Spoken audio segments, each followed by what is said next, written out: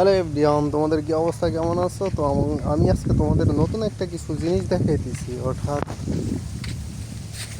এই যে দেখো, এইখানে একটা রডের টুকরা, মানে এটা এককালে নর্মালে 3 কেজি বা 4 কেজি, এটা জঙ্গে ধরে গেছে। রডের টুকরাটা জঙ্গে ধরে গেছে, তাও একটা রাস্তা থেকে অনেকটা দূরত্ব। তো আমি মাঝে মাঝে চিন্তা করি, এইটা জঙ্গে ধরার সুযোগ থাকলো না যদি এটা বাংলাদেশ হইতো, তাহলে এই রডটা জঙ্গে ধরার সুযোগ হইতো না। কারণ যে কোনো কেউ নিয়ে এটা বিক্রি করে 1,000 টাকা হয়ে যেত অনায়াসে। তারপরে দেখো, এই যে একটা বাইক, মানে পোলাফানের খেলনা বাইক, তাও ব্যাটারি চালিত।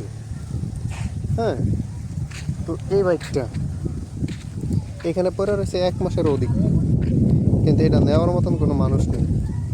আর এই যে রাস্তার উপরে পড়ে রয়েছে, এটা যদি বাংলাদেশ হইতো, এটা এদিকে থাকতো কি লেগা?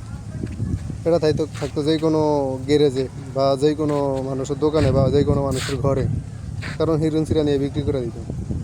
তা আসলে কিছু কিছু সময় বলি যে আমার মাতৃভূমি কি আমি অসম্মানী করি, সেটা হলো কীরকম, আমরা বলি যে আমার বাংলাদেশ সোনার বাংলাদেশ, কিন্তু আসলে না, সোনার বাংলাদেশ না, সেটা হলো চোরের বাংলাদেশ।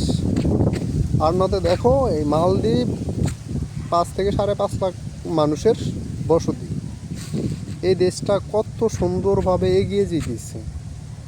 আর আমার বাংলাদেশে প্রায় 18 থেকে 22 কোটি মানুষ। সেই বাংলাদেশ ধ্বংসের মুখে পরিণত হইতেছে।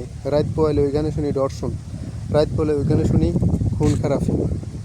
তা আসলে আমরা যেই কালচারে বড় হয়ে আইছি, ওই কালচারটার মতন, মানে ওই কালচারের মতন এই যে ইউরোপ কান্ট্রিগুলা যদি ওরকম হইতো, তাহলে হয়তো যে কোনো কিছু হওয়ার সম্ভাবনা থাকতো।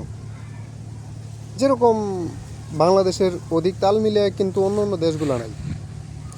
আর বাংলাদেশ যে পরিস্থিতিতে আছে, হয়তো এরকম যদি 2 সাইড 10 বছর চলতে থাকে, তাহলে বাংলাদেশে আর কোনো এমপি মন্ত্রী থাকবে না। কারণ সাধারণ মানুষই এমপি মন্ত্রী হয়েছিল, সাধারণ মানুষই রাস্তায় মামলা হামলায় তেমনই করে, বাকিটুকু করব।